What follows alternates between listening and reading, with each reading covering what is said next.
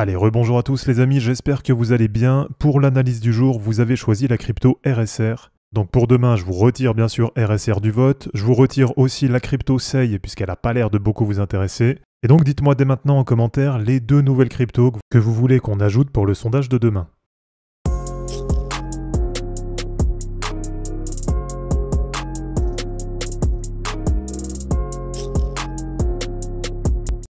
Et si on prend déjà la chart en global, c'est une crypto qui est sortie en 2019.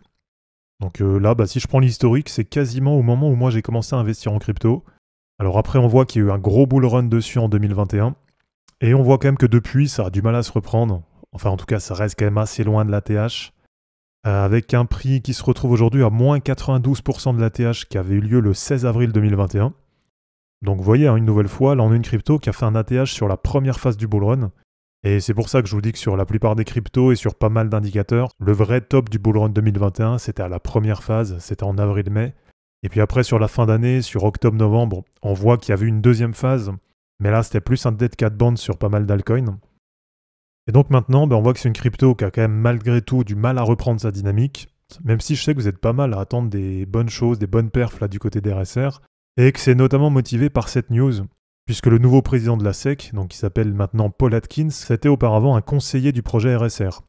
Donc je sais que ça a motivé pas mal de monde à investir dessus, et que du coup, tout le monde se dit, voilà, le remplaçant de Gary Gensler, c'est un ancien mec de chez RSR, donc peut-être qu'il va mettre en avant le projet RSR. Alors très franchement, là comme ça, je sais pas du tout ce que ça va donner. Mais en tout cas, ce qui est quand même assez positif, c'est que RSR, c'est une crypto qui joue sur plusieurs tableaux. Donc on la retrouve dans la catégorie DeFi sur CoinGecko. C'est une crypto qui est aussi dans la catégorie des RWA. Et c'est une crypto qui fait partie aussi de la fameuse catégorie Made in America. Donc aux côtés des XRP, des Solana, des Cardano, du Chainlink. Donc vraiment la grosse catégorie qui a vraiment le vent en poupe là sur début 2025. Donc voilà, c'est vrai que côté news, tout ça c'est quand même plutôt pas mal. Et donc du côté de la chart, voici ce que ça donne en détail. Donc là vous dites ouais c'est pas mal, finalement ça remonte bien. Mais voilà, si j'enlève le log, là c'est tout de suite quand même beaucoup moins beau.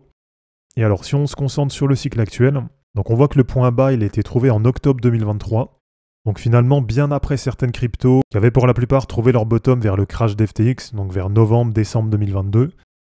Là, ça a été trouvé un petit peu après, quasiment un an plus tard. Donc elle fait partie du coup de ces cryptos qui ont trouvé leur bottom juste avant qu'on ait l'ensemble des cryptos qui repartent à la hausse. Et donc depuis ce bottom, en termes de performance, au plus haut sur le cycle actuel, on a eu quand même un plus 1500%. Donc ça veut dire un peu plus d'un x15 là sur RSR. Alors ensuite, si on enlève le haut de mèche, on a eu à peu près du x10 sur RSR. Et là, sur les prix actuels, ça fait à peu près du x5 par rapport à ce bottom. Donc c'est vrai qu'en logarithmique comme ça paraît pas forcément très élevé. Mais mine de rien, donc entre ce haut de mèche là de fin 2024 et maintenant, ça fait quand même du moins 68%. Donc ça fait en gros du divisé par 3. Donc RSR, on le voit, c'est une crypto sur laquelle il y a quand même une grosse volatilité, où il y a quand même pas mal de variations en termes de prix. Et du côté des moyennes mobiles, donc on a RSR qui est globalement quand même bien orienté à la hausse, qui arrive à bien rebondir là sur les gros niveaux, sur les grosses moyennes mobiles.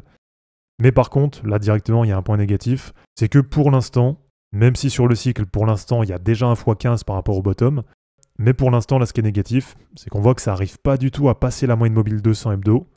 Et ça, on sait que c'est un gros niveau à passer, c'est toujours assez compliqué. Et si on prend sur Ichimoku, on voit que régulièrement, on a le prix qui est rejeté en dessous de la Tenkan et de la Kijun. Donc là, en dessous de la courbe en bleu et la courbe en jaune. On voit que très souvent, ça repasse en dessous. Donc même si ça remonte bien, finalement, on voit qu'il y a quand même des grosses résistances. Mais le point positif sur Ichimoku, c'est que pour l'instant, ça reste au-dessus du nuage en hebdo, même si c'est un nuage qui est vraiment pas épais. Donc à voir si oui ou non, c'est un nuage qui va tenir. Et du côté de l'indicateur Kama, là aussi on voit qu'il y a pas mal d'indécisions. Donc RSR c'est une crypto qui remonte bien, mais ça a l'air d'être quand même assez fragile. Donc là pour le moment sur l'indicateur Kama, ça reste en hebdo sur un signal de confirmation de baisse.